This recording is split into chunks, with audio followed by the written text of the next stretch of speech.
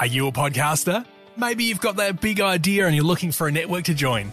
The multi-award-winning Ozcast Network can get your content to eyes and ears all over the world.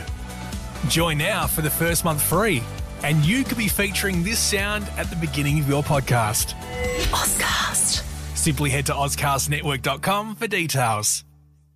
Connect with your potential customers wherever they are. Effective uses Comcast viewership data insights to combine advanced targeting capabilities with premium TV and streaming content, so you can deliver the best ad experiences to your audience no matter how they watch. Visit EFFECTV.com.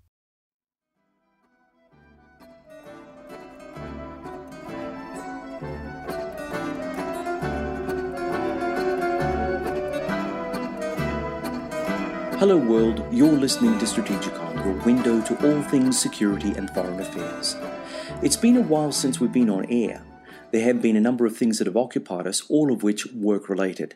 However, now that things have gone back to a more normal pace, we're back. On March 5th, 2018, former Russian spy Sergei Skripal and his daughter were critically injured after an alleged assassination attempt on them in a Salisbury Park in the United Kingdom. The assassination attempt was carried out by unknown assailants using a nerve agent that has now been linked to the Russian Federation by investigating authorities. British Prime Minister Theresa May and much of the UK Parliament were outraged by this audacious infringement of British sovereignty by what London now considers a flagrant Russian attack.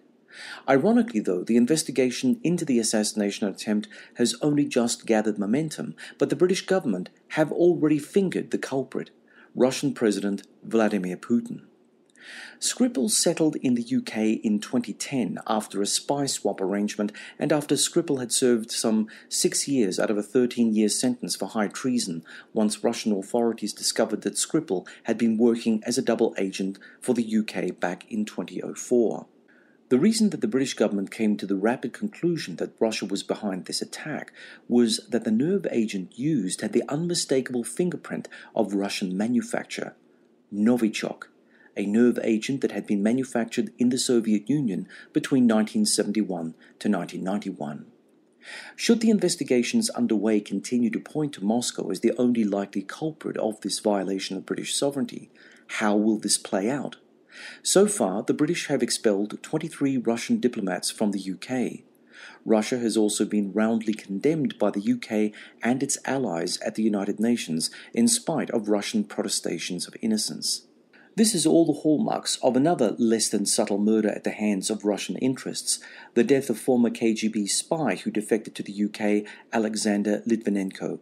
Litvinenko died in 2006 after having ingested tea laced with the highly toxic radioactive element, polonium-210.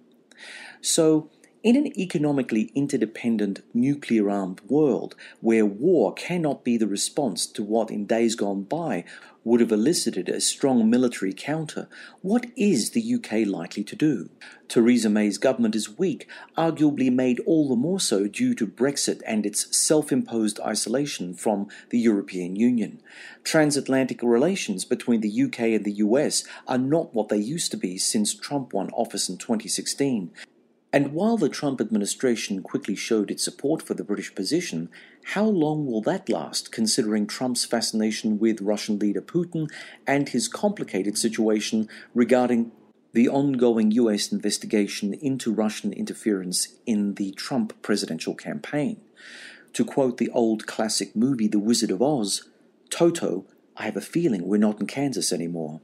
To discuss this today, we are happy to have back on Strategicon Commodore Patrick J. Tyrrell, Royal Navy retired, and in the studio I'm joined by SIA's resident existentialist philosopher David Olney and SIA research assistant Ms. Shahrazad Ghairat. Before we start today's episode, I would like to remind listeners that Strategicon can be found on iTunes, SoundCloud, Stitcher, TuneIn, YouTube, and on the Sage International Australia website, www.sageinternational.org.au.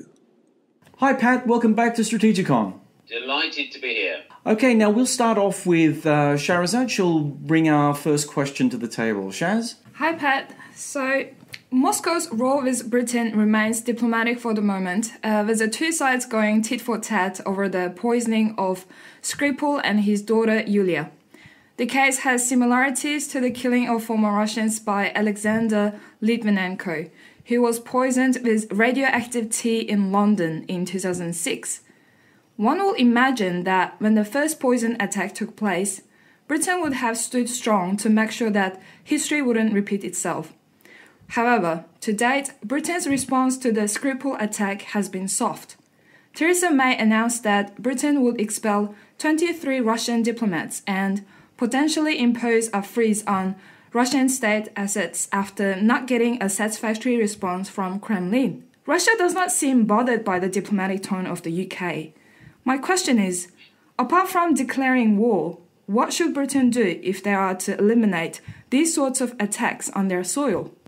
A very good question. I think that first and foremost, you don't want to be a retired double agent of the KGB or the FSB living in the UK at the moment, because a disproportionate number of them seem to have suffered early deaths.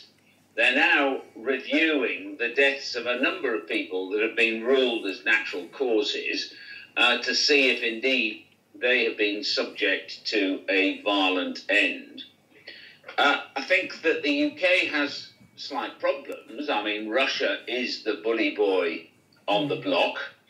And when you listen to them denying all knowledge of this attack, just bear in mind that Russia invented Maskarovka and disinformation. But the United Kingdom is only a relatively small player on the world stage these days.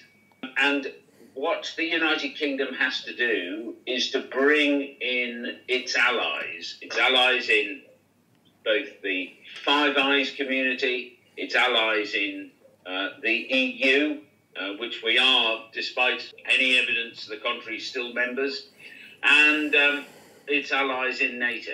And it needs to be the West that takes a decisive statement against Russia.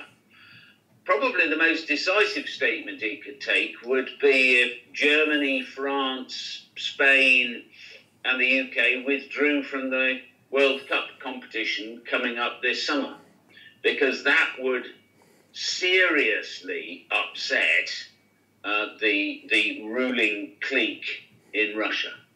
The other thing we could do, and we are looking to do again with our allies, is to attack the finances of the oligarchs who manage to squirrel away just obscene amounts of money in the course of doing their normal day's work in Russia. And these have tended to be, in the main, secreted in the UK. They bought large numbers of properties. They invest in a large number of things, not least Chelsea Football Club. And action needs to be taken against those oligarchs who actually support Putin and maintain his particular power base, to cut back on their freedom of action. So there are a number of different things we can do. I think that you mentioned Litvinenko. We were very poor at reacting to Russia with Litvinenko.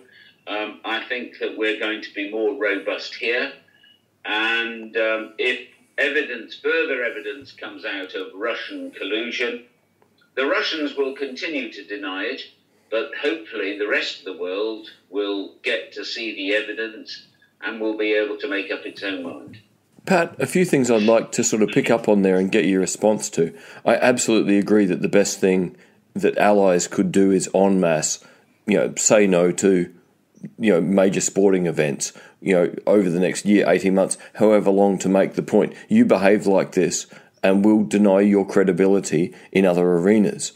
In terms of the oligarchs and the billionaires, could we read it another way, that what we really saw was a mid-level double agent being taken out to remind them to behave? So rather than coming down hard on the Russian oligarchs in the UK, we have to wonder, what is it that one of them was going to do that the Russian regime took out a nobody? Well, I mean, that's an interesting way of looking at it. I think that the Russians never do anything without good reason. I think it was Metternich who was woken up during the Congress of Vienna in 1817 to be told that the Russian ambassador had died in his sleep. And his first comment was, "I wonder why he's done that." Yeah. There's a reason behind all these things. And many of them, you're right. I mean, you only have to look at, that Russian toy, the doll. I mean, it's a doll within a doll within a doll within a doll. And so here we have, that there's an overt reason, and then there are other reasons that come in, nesting like these dolls. And so I think that undoubtedly Putin wants to make sure that, in this country we have a number of Russians who are Putin-esque and have large amounts of money and live independent, wealthy, billionaire lifestyles. And then we have a number of other Russians who are exiles. And I think that when Putin sends out a message, he will address each of these communities in turn. And killing, or I mean, they're not dead, but, potentially killing, attempted murder in Salisbury is one way of reminding them of the long arm of the Russian state. Okay, Pat, in terms of being as fair as possible, I must weigh in to play devil's advocate, because there's been a lot of other things, countervailing philosophies with regard to the whole Skripal thing. One of them is there a degree of Russophobia in the UK that is partially responsible for the quick judgment of Russian guilt for this episode? I mean, after all said and done, the investigations have not concluded. I mean, they're still ongoing, they're still very new, and before we actually start casting Russia as the bad guy, is it not better to have the evidence before us before we actually start putting a country like Russia in our crosshairs? Well, let's start from the basic facts. The target of this attack were Russians, and in particular one Russian, who had been sentenced to death in Russia. The means of the attack was undoubtedly a nerve agent called Novichok.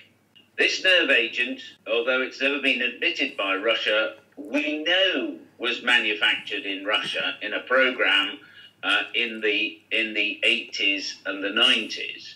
We know that. Why? Because we had a defector who came and produced ample evidence of the program.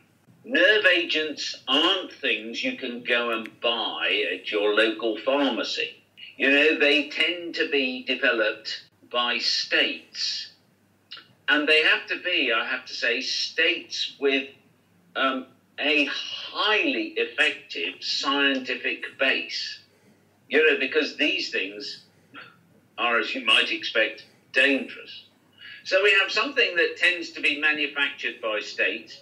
And Theresa May, of course, said in her original announcement, either it was a deliberate attack or the Russian state has lost control of nerve agents. It either lost control, some years ago, or it's lost control recently. But at some point, its procedures have been so lax that somebody, a third party, has managed to get hold of these.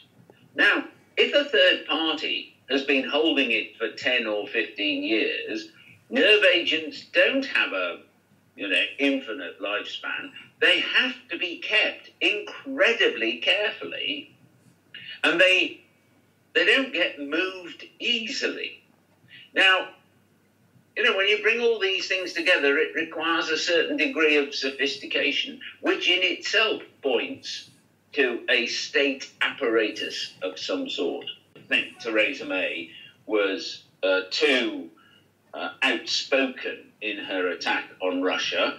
The only one I'd question is Williamson, who came up with his rather crass statement on Russia to go away and shut up, which I think is a measure of his immaturity in the diplomatic field. With all the ways that enemies of the state can be dispatched without leaving obvious traces, such as orchestrated traffic accidents, orchestrated fatal muggings, more subtle poisonings, why would Putin expose himself and his country to even more Western approbation and potential sanctions? I mean, what's in it for him? Well, I think that you have to look at the way Russia itself works. If this was to happen in Russia, some chap and his daughter would be found on a bench frothing at the mouth, and people would say, oh dear, they must have eaten something that disagreed with them. It's only because there is a due process that goes through, and we Brits are highly suspicious that, this has really come out. I don't think that the Russians are particularly sophisticated in their dealings with these sorts of cases. And they assume that other people aren't going to be sophisticated as well. And, there's a sense of, Putin says, rid me of this turbulent priest, and, people jump to it and do it by all sorts of strange means. And you can imagine them sitting around with a samovar of tea and a couple of glasses of vodka saying, well, this is a very good idea. And, they don't necessarily think things through. Pat, this idea of getting things done without necessarily thinking the long-term consequences. If Putin has got only 6 years left, unless he wants to change the constitution and do a Chinese example and have power for life, we're going to see a transition soon. So this seems logical that it could be people showing how capable they are, and to extend the idea of showing how capable they are, if the audience is not necessarily the oligarchs in London, who else do you think might be the relevant audience to pull their heads in and stop annoying the Russians? Well, it is interesting that Putin's recent election, they're claiming about 76% majority. And in fact, a few weeks ago, they were saying the opposition, which is not a particularly strong opposition, and we know that, but the opposition was looking at between 50 and 60%. There is no doubt in Russia that, Russia has always liked a strong man. The Tsar was venerated. They still like Ivan the Terrible, who went round. I mean, he's not called Ivan the Terrible because he was a cuddly grandfather type figure. They admire this power and this exercise of power, which of course has worked for Putin in the past. And, Putin, by threatening Russia, by accusing Russia of these terrible things, the Russians say to themselves, hey, we didn't do bad, did we? We can go into the UK and, quite right, Father Putin is going to go and sort things out. So, there's a domestic audience that may well have benefited from this sort of fracas. And it's like Putin going into the Crimea. I mean, the West cries foul, but they fail to understand that as far as Russia is concerned, Sevastopol is a hero city. I mean, it was there in the Second World War. It was there at the beginning of the revolution. Ukraine is where Rus started. That's all part of this idea of being Russian. And therefore, going into the Ukraine, going into Crimea, knitted Russia together. Going after Russian enemies knits Russia together. So I think it's all one on the same sort of approach to international politics, where there is a focus, if you like, on the domestic issues as well. Yeah, it's very much Tim Marshall's argument in his book about how maps and geography define what happens next, that when you have just got open plains on either side, you need to fight hard for spare space. And in a sense, causing harm in the UK is so far away, they're potentially leaving Europe, there are minimal consequences for you, you reinforce to your expat population in London to behave, and you make everyone worried every side of you that Russia is still a contender. So for a pretty small activity, it's a no-lose situation. Yes, I would entirely agree with you, and we're ascribing too much in terms of foreign policy to this, and not enough in terms of what it means domestically, what it means for Putin as the unquestioned leader of Russia, and indeed how effective he needs to be seen as the undisputed leader of Russia so that he can manage his own successor.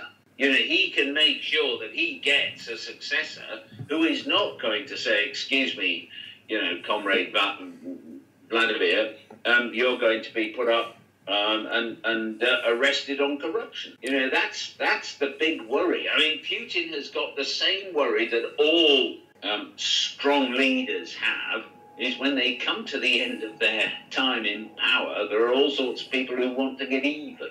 Well, here in Australia at the moment, we're waiting for the movie about Stalin's death, with Michael Palin in it, which has got rave reviews where people have seen it. And it's exactly that thing. When the Tsar dies, everyone looks at each other and goes, is there anyone I can rely on?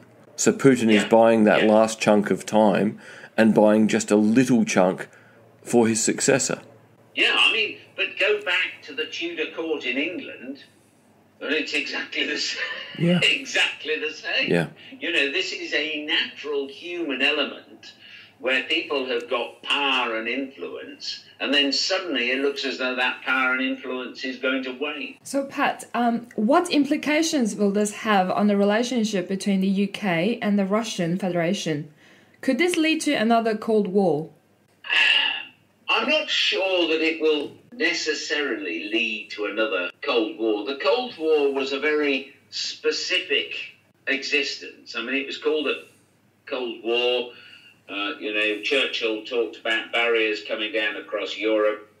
I think that as long as there continues to be an interaction between the general population, Russians going out of Russia for holidays, Britons going into Russia for study and for holidays, the Cold War will not be able to restart. I think it will cause a cold snap between the government of Russia and the British government for quite some time, and it will take some time for that to thaw, particularly given the nature of the British government and the Russian government. I mean, some would say that if the Labour Party wins the next election and Jeremy Corbyn comes in, he and Seamus Milne would want to see much closer relations with Russia.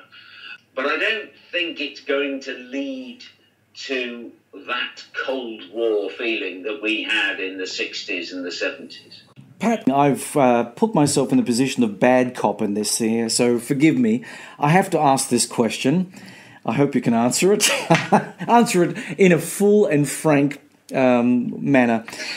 Now, look, there are those who have claimed that the attack on Skripal was a false flag operation, that it was either MI5 or MI6 or both that created this event to implicate the Russians. Plausible deniability protecting both British agencies from accusation, that the UK knows of some fatal flaw in Putin's overarching strategy, and Skripal is the sucker punch designed to make the Russians trip up, with Putin overplaying his weak hand.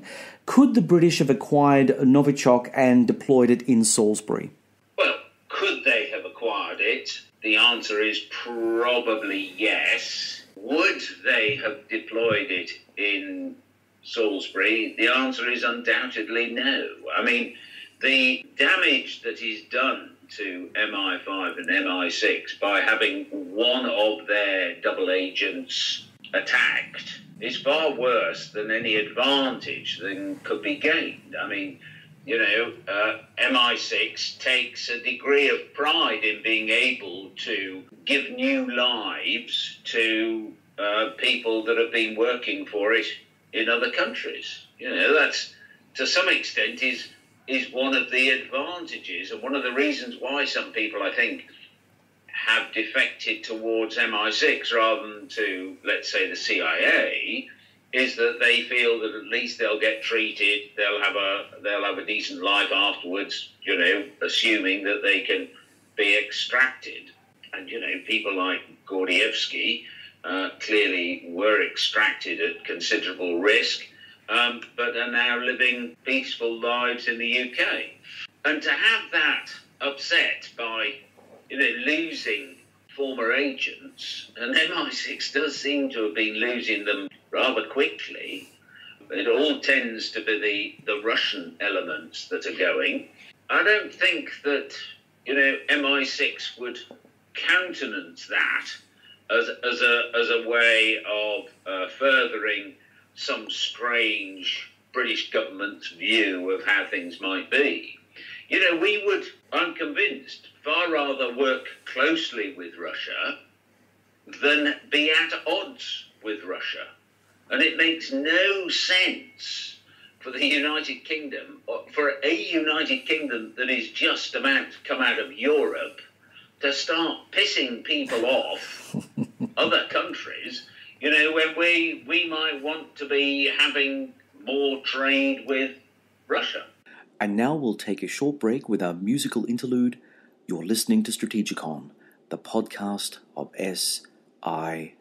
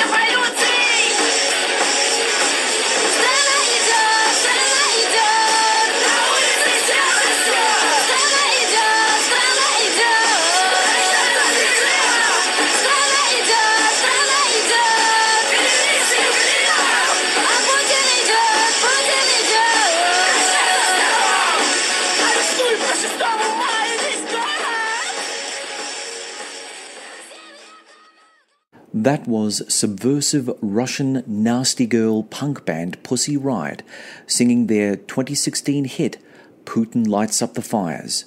And now we'll return to our discussion on the Skripal incident and its broader strategic implications.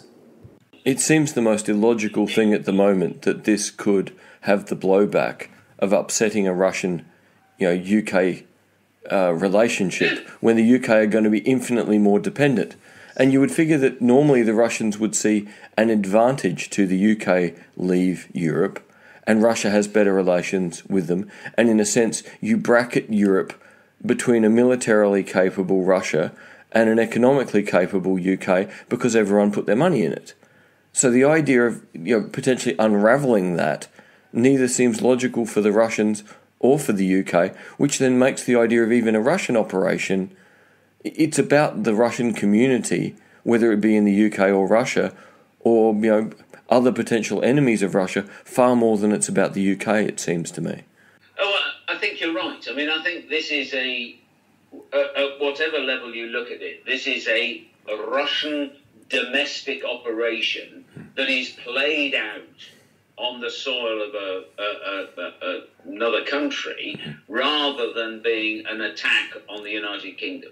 In the UK, Prime Minister May's government seems to be a weak minority government, dependent as it is on the Conservative Party's partnership with the Northern Irish Democratic Unionist Party.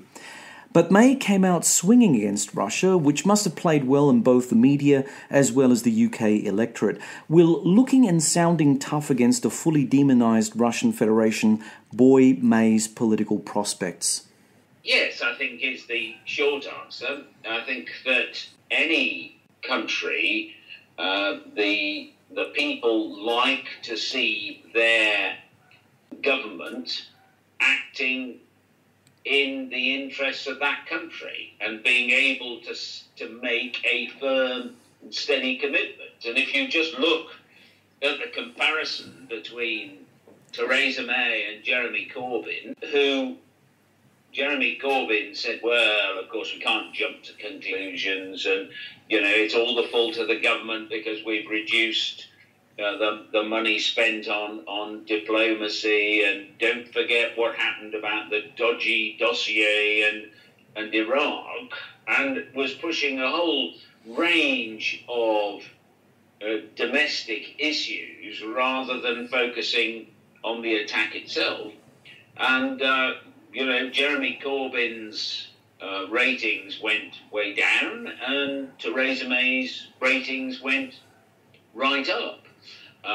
And so any leader that is faced with one of these situations, just like Margaret Thatcher in 1982, when the Argentinians invaded South Georgia and the Falkland Islands, another Prime Minister might have said, oh, well, that's a pity, we can't do anything about it. But Margaret Thatcher came out fighting. As a result, a rather mediocre Prime Minister was turned into something akin to Superwoman and won the following year's general election convincingly, and then remained in power for the rest of the decade.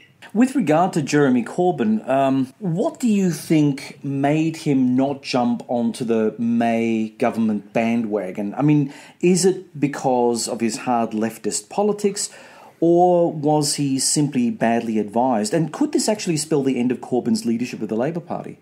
I think that you have to understand that Jeremy Corbyn has never really changed. He's always been a bit of a rebel.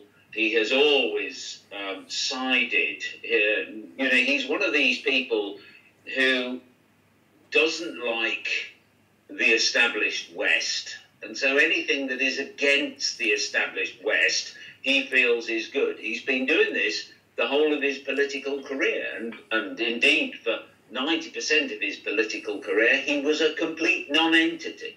He wasn't rated at all in the Labour Party. And to some extent, he got nominated just as a placeholder. And then, of course, surprised everybody when a large number of young people thought, well, here's a person talking in a completely different way from the politicians that we've experienced. So it must be good and it must be, enlivening, and therefore we'll support him.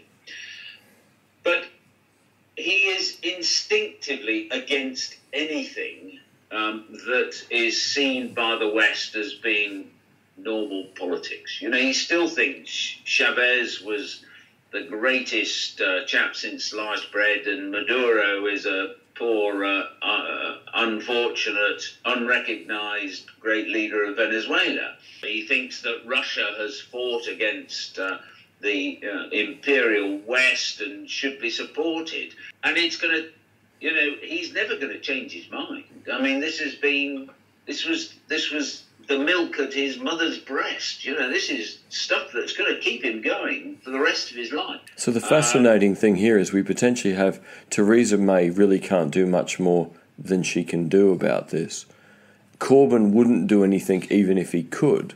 So it has a fascinating sort of flow-on effect that even if it's for a Russian audience, it shows the absolute ineptitude of the ability for either party in the UK to do anything constructive in response. Yes, I mean, it's the archetypal between a rock and a hard place. Yeah.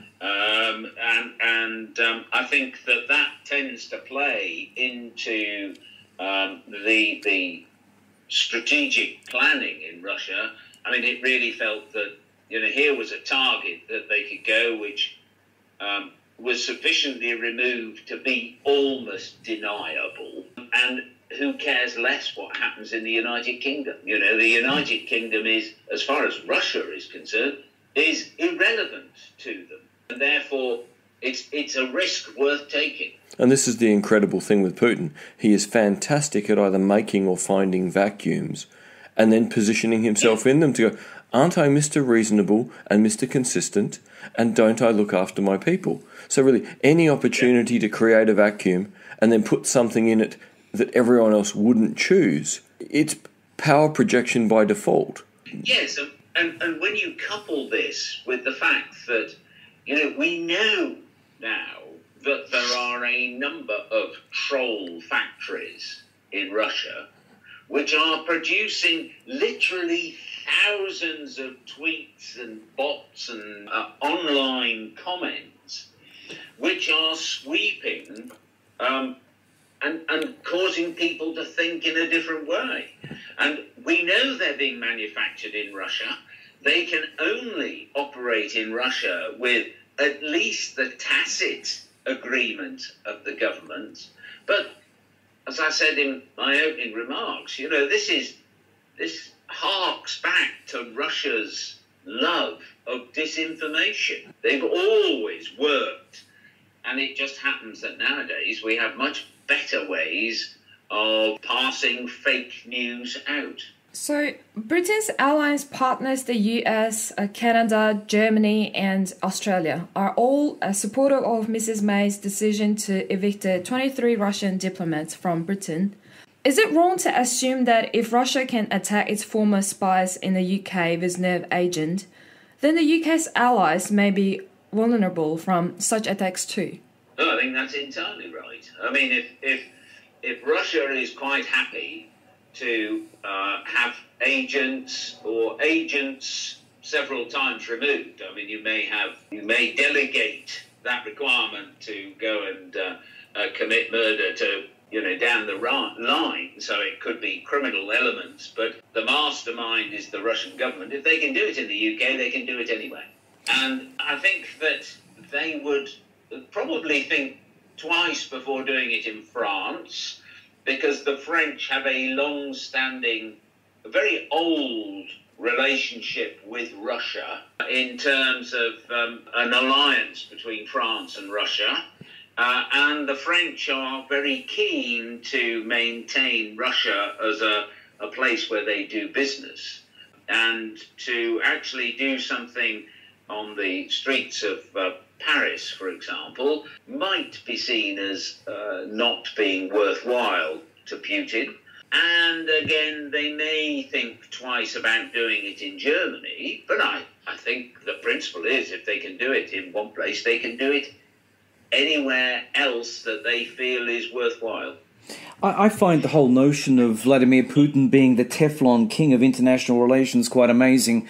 I mean, is the fact that Putin commands some 4,300 nuclear warheads his ultimate deterrent?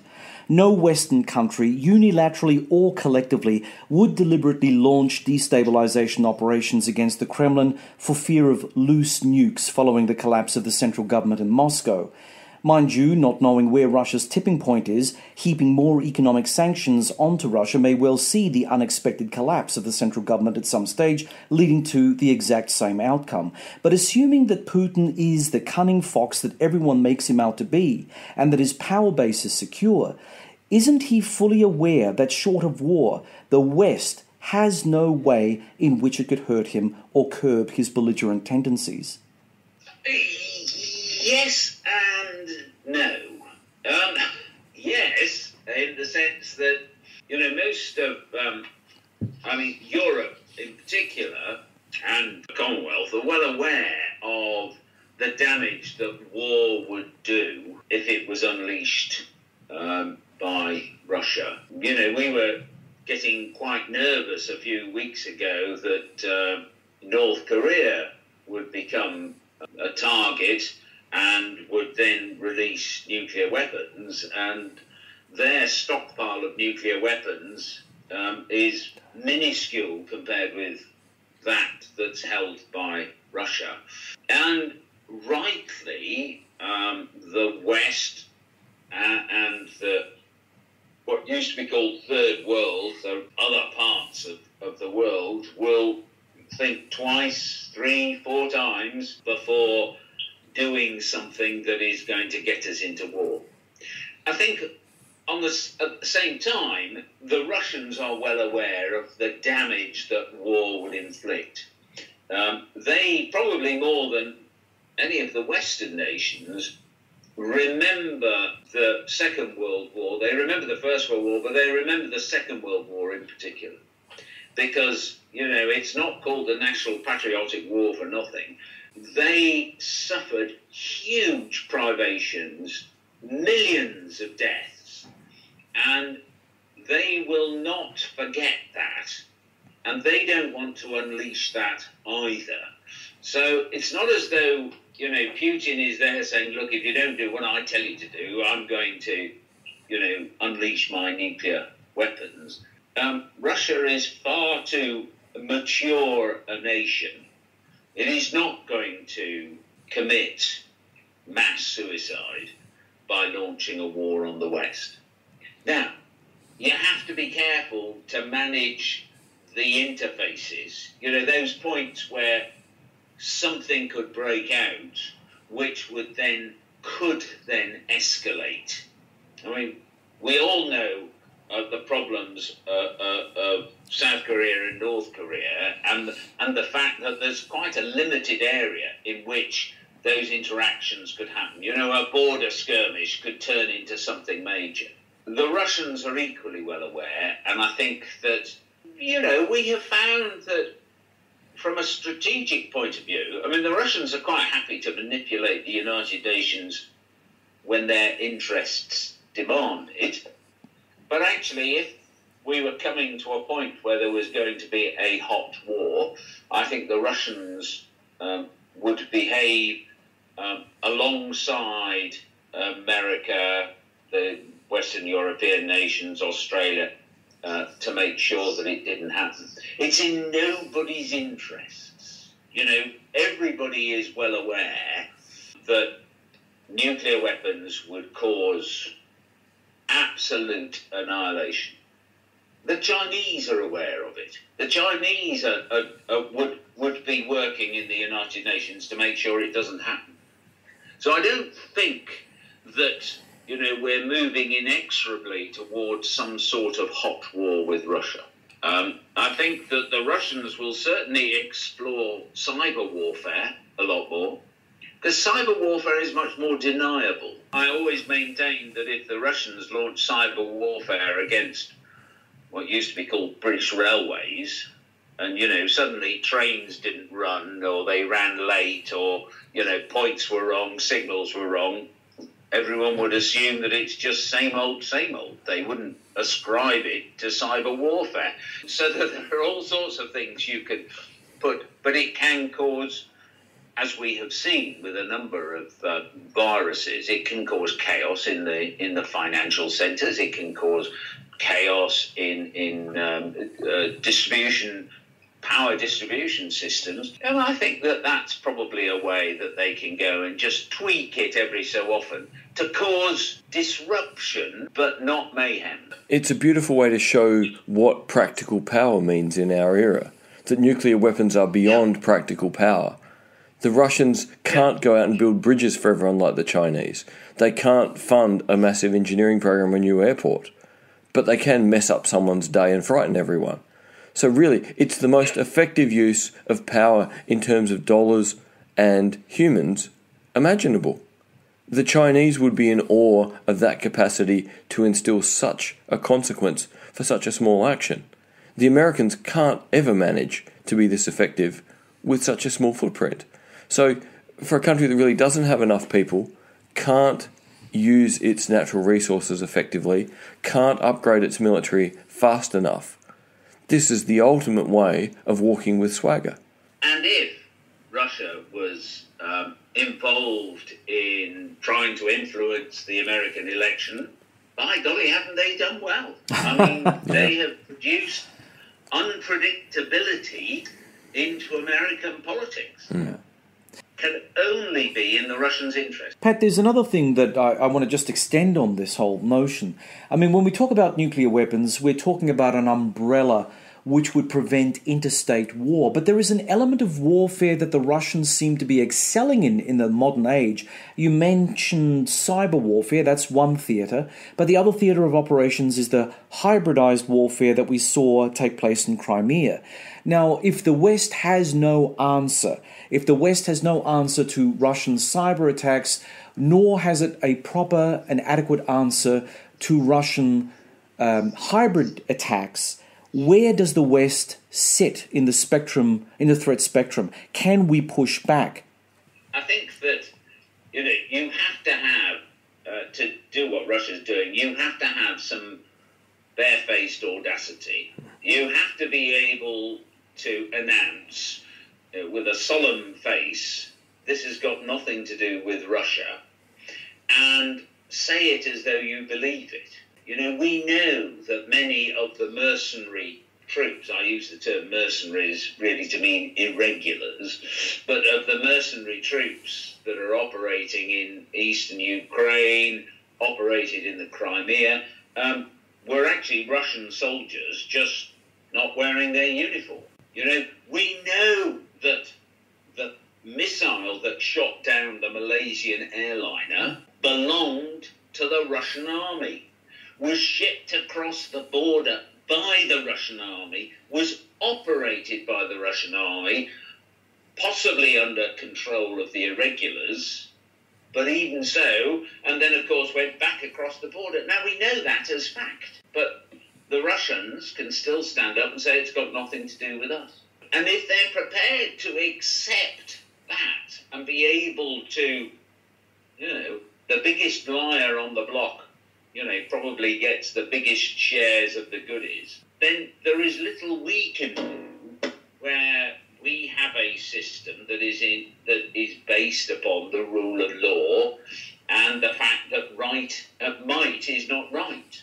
And so I think that you're entirely correct in surmising that use of these irregulars and mercenaries to do your bidding, but to be totally deniable about them, is one way of threatening the West. Now, I don't actually think, although you can say in Ukraine it threatened the actual state itself, I think that as far as the Western nations are concerned, it won't threaten the West itself, but it will be an irritant. And it could be an irritant that causes death or destruction or whatever, and we'll have to see how the West is going to answer it.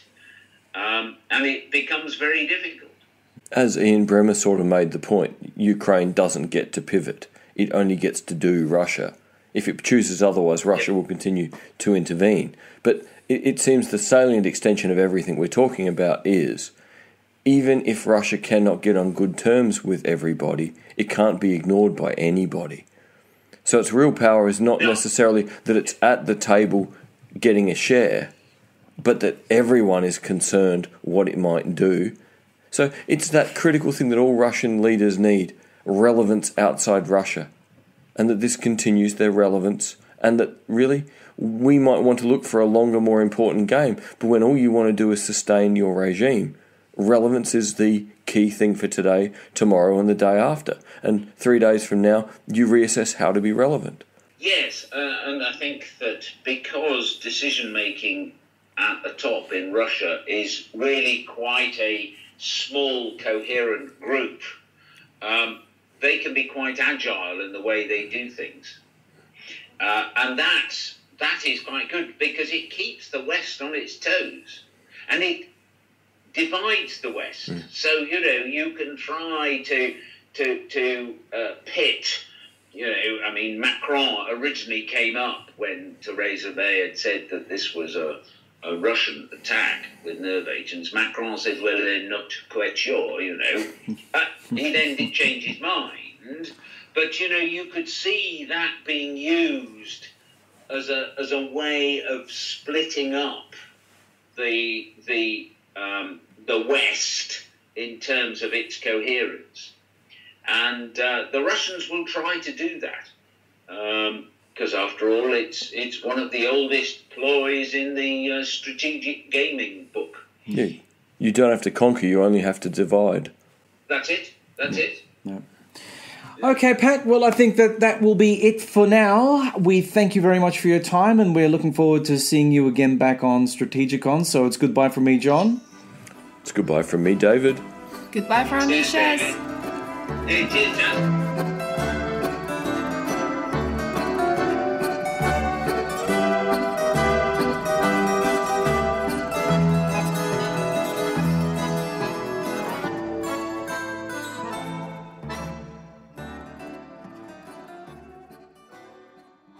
Connect with your potential customers wherever they are. Effective uses Comcast viewership data insights to combine advanced targeting capabilities with premium TV and streaming content, so you can deliver the best ad experiences to your audience no matter how they watch. Visit EFFECTV.com. Are you a podcaster? Maybe you've got that big idea and you're looking for a network to join. The multi-award-winning Ozcast Network can get your content to eyes and ears all over the world. Join now for the first month free, and you could be featuring this sound at the beginning of your podcast. Ozcast. Simply head to ozcastnetwork.com for details.